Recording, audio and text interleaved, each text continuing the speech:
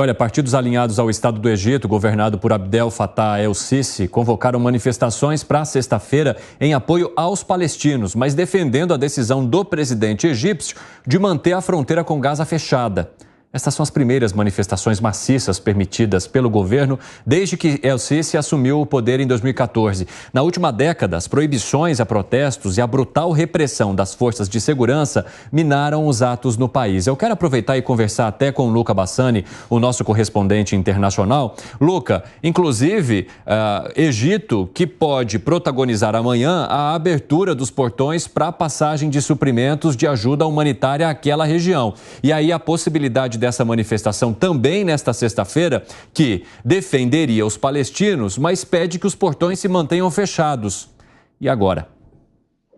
É uma questão muito complexa, Evandro, e vale mencionar que o Egito, sob a supervisão de el-Sisi, está construindo uma nova capital para que toda a estrutura do governo fique longe desses protestos que historicamente fizeram parte do país, principalmente durante a Primavera Árabe, que acabou com o governo de muitas décadas de Hosni Mubarak. Nós vemos que o Egito tem sido um país muito cobrado, muito pressionado pela comunidade internacional, porque é o único caminho viável para que essa ajuda chegue aos palestinos, ao mesmo tempo em que muitos colocam as questões relacionadas aos refugiados. Nós sabemos que o Egito não é um país muito rico, não é um país que até mesmo naquela região do Sinai é desenvolvido, mas com certeza está muito melhor do que a situação de Gaza, que é um país praticamente em ruínas, uma faixa de terra praticamente em ruínas. Então,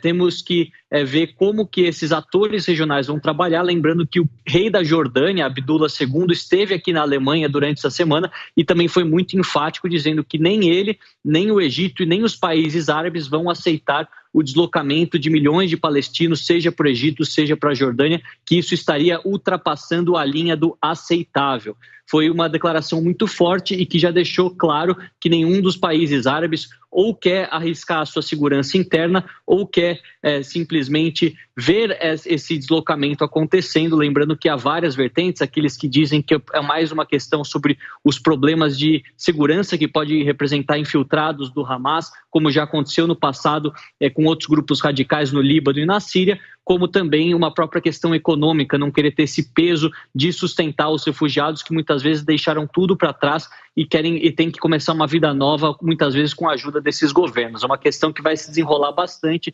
Infelizmente, as pessoas que mais precisam ser ajudadas vão acabar tendo que esperar mais alguns dias, alguns meses até mesmo, para ver como essa situação se resolve. Luca Bassani, o Fábio Piperno tem uma pergunta para você também. Ô Luca, tudo bem? Sobre esse último ponto que você abordou, é evidente também que os outros países árabes lá da região, eles agem pragmaticamente porque, primeiro, os refugiados acabariam representando um custo importante para muitas economias já debilitadas. Nem todo mundo é Catar e Arábia Saudita. Segundo, também acabaria dispersando a luta por um Estado palestino, o que, paradoxalmente, seria até do interesse do Estado de Israel. Agora, você não acha também, Luca, que entra uma outra variável que trataria exatamente do nível de convulsão política que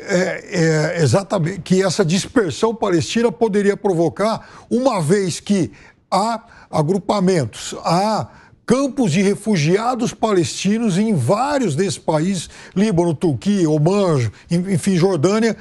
porque, afinal de contas, a gente está falando de uma comunidade estimada aí em cerca de 6 milhões de pessoas e que hoje se encontra totalmente dispersa pelo mundo.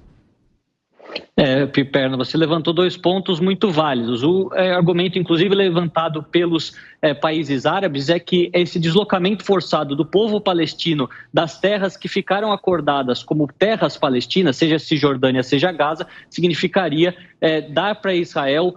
todas aquelas terras e, de certa forma, influenciar negativamente a luta pelo reconhecimento do Estado palestino como um Estado soberano perante as Nações Unidas. Lembrando que, sob Mahmoud Abbas, o líder palestino, atual, né, do Fatah, nós temos a Palestina apenas com status de país observador perante as Nações Unidas e não como um membro pleno, não como um membro que pode votar efetivamente e fazer parte como qualquer outro país faz das Nações Unidas. Ao mesmo tempo, nós vemos que esse custo econômico é algo que é válido para alguns países da região, como o Egito, como o Líbano, já muito fragilizados com a sua economia, mas em outros casos a gente vê que é uma certa hipocrisia, se assim podemos dizer, como Emirados Árabes Unidos, Bahrein, Kuwait, até mesmo a Arábia Saudita, que em outras crises no Oriente Médio não quiseram abrir suas portas para os próprios irmãos árabes, muçulmanos, e sempre fizeram com que esse fluxo de imigrantes, fluxo de refugiados caísse sobre os ombros da Europa e isso, evidentemente, também causasse um problema interno. Então, a gente vê que são várias nuances e você realmente levantou essas questões de maneira muito concisa e realmente isso expressa aquilo que nós temos observado acontecendo na geopolítica mundial atualmente. Luca Bassani, muito obrigado por enquanto, bom trabalho por aí.